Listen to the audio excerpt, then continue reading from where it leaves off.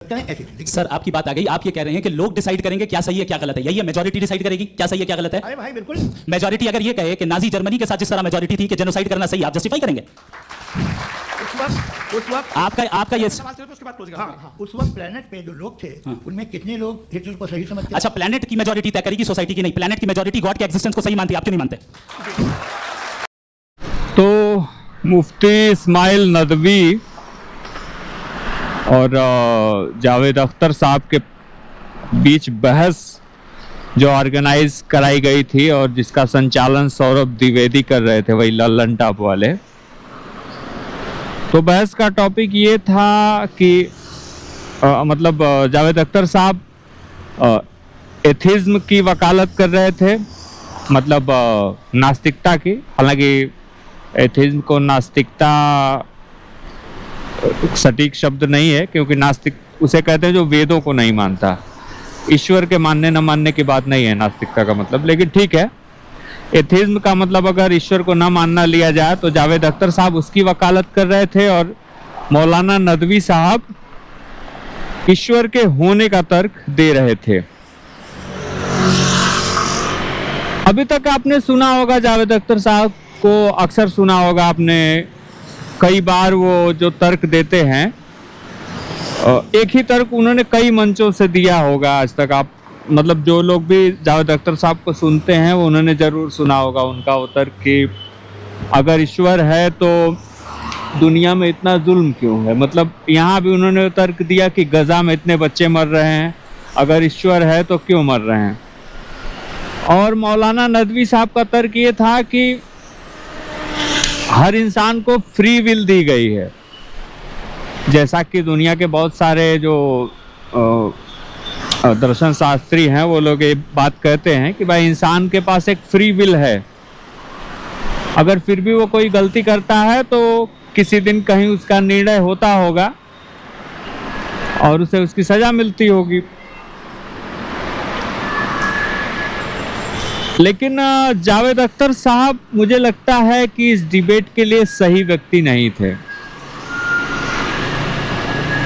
मौलाना मुफ्ती नदवी जो हैं वो ये इस डिबेट को सुनकर लगा कि वो काफ़ी उन्होंने गहन अध्ययन किया है दर्शन शास्त्र का, फिलॉसफी का और फिलॉसफी के उस विचारधारा को, फिलॉसफी की वो मानते हैं जो अरस्तु की विचारधारा है और कलाम के नाम से वो इस्लाम में भी फेमस है वो विचारधारा। और वो विचारधारा कहती है कि कॉस्मोलॉजिकल आर्गुमेंट जिसे कहते हैं, मतलब हर चीज़ जो अस्तित्व में है उसका एक कारण होता है। जैसे कि कोई भी चीज़ जो दुनिया में है, जैसे मान लीजिए एक मिट्टी का ढेला है या एक पौधा है या कुछ भी है, उसका एक कारण होता है। जो अरिस्टोटल का जो ये कॉस्मोलॉजिकल आर्गुमेंट है वो यही कहता है। और इस्लाम के कुछ विद्वान भी हुए जैसे अल-गज़ाली, इब्न सीना, उन लोगों ने भी कमोबेश वही तर्क दिया है। तो मुफ्ती इस्माइल नदवी जो है उसी चीज़ को पुश करते हैं अपनी डिबेट में। तो वो कहते हैं कि हर चीज़ जो है अस्तित्व में है उसका एक कारण होता है। ब्रह्मांड की शुरुआत जैसे हुई है तो इस्लाम मानता है या ये दर्शन शास्त्री मानते हैं कि ब्रह्मांड की शुरुआत हुई है बिग बैंग थ्योरी जिसे कहा जाता है। 13-14 अरब साल पहले ब्रह्मांड बिग बैंग द्वारा बना है। अगर ब्रह्मांड अनंत काल से होता तो जो घटनाएं हो रही वो अनंत घटनाएं हो चुकी होती, जो कि लॉजिकली संभव नहीं है। इनफाइनाइट रिग्रेस की समस्या, मतलब कोई चीज़ है तो उसके पीछे कोई चीज़ है, उसके पीछे कोई चीज़ है, उसके पीछे कोई चीज़ है, मतलब ये अनंत, ये सिलसिला कहीं ख़त्म ही नहीं होगा। इसलिए ब्रह्मांड का एक कारण होना चाहिए जिसके ऊपर कोई डिपेंड ना करता हो, जिसके ऊपर मतलब ईश्वर उसे ही मान रहे हैं मुफ्ती नदवी या अन्य दर्शन शास्त्री मानते हैं कि कोई तो एक चीज़ है जिसका कारण कोई चीज़ नहीं है। मतलब जैसे उसे सार्वभौम ईश्वर माना जाता है। मैं सामान्य भाषा में आपको समझा पा रहा हूँ, हालांकि ये सब ऐसी चीज़ें हैं जिन्हें कोई समझा नहीं सकता। इनफैक्ट जावेद अख्तर साहब जो है वो खुद मौलाना नदवी की कुछ बातें समझ नहीं पाए, मतलब। और ऐसा भी नहीं है, मौलाना जैसे कॉन्टिजेंट एक शब्द वो बोल रहे थे, कॉन्टिजेंट मतलब कि जो मैं बता रहा हूँ कि एक चीज, किसी ना किसी चीज का कुछ ना कुछ कारण है। तो श्रृंखला की जो फर्स्ट अनकाज काज है, मतलब कोई एक चीज जहां से हर चीज शुरू हुई हो, उसी को ईश्वर माना गया है। और वो शब्द कॉन्टिजेंट जो है वो कई बार उन्होंने बोला, जावेद अख्तर नदवी साहब ने, जावेद अख्तर उसको समझ नहीं पाए। को एंटरटेन भी करूंगा और मैं भी पूछूंगा। आपने कहा कि आपने साबित ही नहीं किया, जबकि आर्गुमेंट ऑफ कॉन्टिजेंसी बुनियादी आर्गुमेंट है। आप मुझे कॉन्टिजेंसी का मतलब बताइए, आपका मतलब क्या कॉन्टिजेंसी? कॉन्टिजेंसी का मतलब यह हुआ कि हर वो वजूद जो किसी भी चीज का पाबंद है, हर वो वजूद या हर वो चीज जो अपने एग्जिस्टेंस में किसी भी चीज के पाबंद है और उससे बाउंड है, उसको उसकी जरूरत है, उस पर डिपेंड करती है, तो जाहिर सी बात है कि उसका कोई ना कोई कॉज होता है। ये तो अकल की बात है, ये आप रीजनिंग की बात करते हैं, मैं वही कर रहा हूं। दूसरी चीज, आपने ये बात कही कि इतने बिलियन लाइट ईयर्स दूर है, उसका मेरा क्या लेना देना। फिर मेरे ख्याल से आपको ये नहीं कहना चाहिए I think therefore I am an atheist. बस में एक नोकझोंक में जावेद अख्तर साहब ने कहा कि सही गलत या ऑब्जेक्टिव मॉरलिटी तय करने का अधिकार समाज में मेजोरिटी के पास होना चाहिए, ऐसा उन्होंने कहा।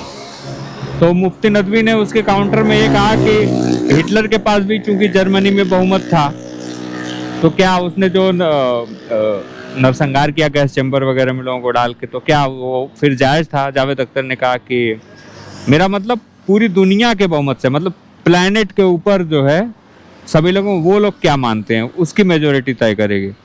तो मुफ्ती ने कहा कि दुनिया में तो बहुत से लोग भगवान में विश्वास करते हैं, तो आप क्यों नहीं करते फिर? तो यहाँ पे जो है जावेद अख्तर साहब की भयंकर जो है उन्होंने ये घेर लिया पूरी तरह उन्होंने। और जैसे जावेद अख्तर ने का ये तर्क था कि जब इतना भगवान है तो इतना दुनिया में पीड़ा क्यों है, लोगों के ऊपर जुल्म क्यों हो रहा है, भुखमरी क्यों है, युद्ध क्यों है? तो नदवी ने पूछा कि बुराई की परिभाषा क्या है और इसे परिभाषित करने का अधिकार किसके पास है? जावेद ने इसका सीधा जवाब नहीं दिया, लेकिन जावेद साहब ने उसको सीधे सीधे नहीं बताया, लेकिन डाइवर्ट करके वो बोलने लगे। कुल मिलाजुलाकर वो इमोशनल तर्क दे रहे थे। अगर जावेद साहब ने, मुझे लगता है ऐसा कि अगर जावेद साहब ने उन चीज़ों को पढ़ा होता, दर्शन शास्त्र की चीज़ों को, तब वो बढ़िया से उसका उत्तर दे पाते। एक तरफ वो मुफ्ती नदवी थे जो कि जिन्होंने दर्शन शास्त्र को विस्तृत रूप से पढ़ा है, मतलब जो तर्क वो दे रहे हैं, जिस बारे में वो बात कर रहे हैं, उसके बारे में उन्होंने गहन स्टडी किया है। तो अब जाहिर सी बात है कि किसी आदमी ने जिस चीज़ को स्टडी किया है पूरी तरह, वो बेहतर ढंग से जवाब दे पाएगा। और जो आदमी सामान्य भाषा में सिर्फ कॉमन सेंस वाली चीज़ें जानता है, तो वो जाहिर सी बात है उसके तर्कों को काट नहीं पाएगा। तो यही हुआ।